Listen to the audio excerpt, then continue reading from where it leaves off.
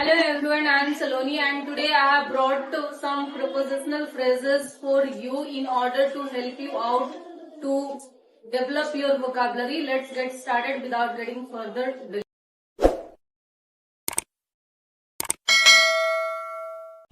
So guys, as you can see that there are 10 prepositional phrases which have been already written on the board and this is going to be part 2. तो first in order to का मतलब होता है कि उद्देश्य से. For an example, I am learning English in order to get a good job. मैं अच्छे जॉब पाने के उद्देश्य से इंग्लिश सीख रहा हूँ. सेकेंड, इन फेवर ऑफ के पक्ष में. He is right in favour of his decision. वो अपने डिसीजन के पक्ष में राइट है. थर्ड, इन स्पाइट ऑफ के बावजूद.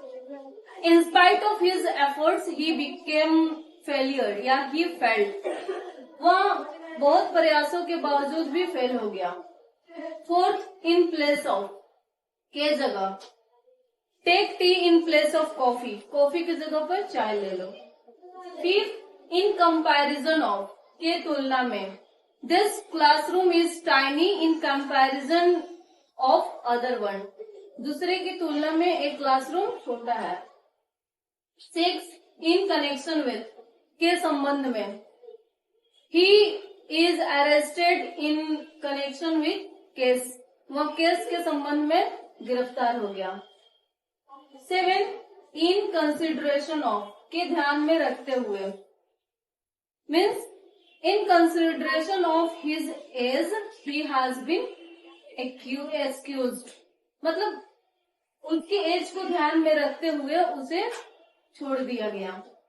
8, इन केस ऑफ के स्थिति में. In case of fire call a fire brigade. Fire की स्थिति में ब्रिगेड को बुलाओ. 9, इन कोर्स ऑफ के दौरान. In course of time he became rich. मतलब समय के दौरान वह अमीर बन गया. 10, इन द मिडेस्ट ऑफ के बीच में.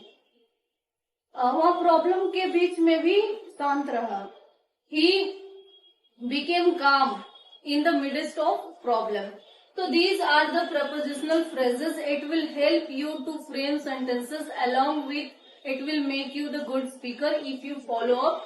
So thank you so much for watching it and I hope that you are going to frame some sentences and you will send in the comment box so that I can notify it and I can check it. Bye bye, take care. Let's meet in the next video.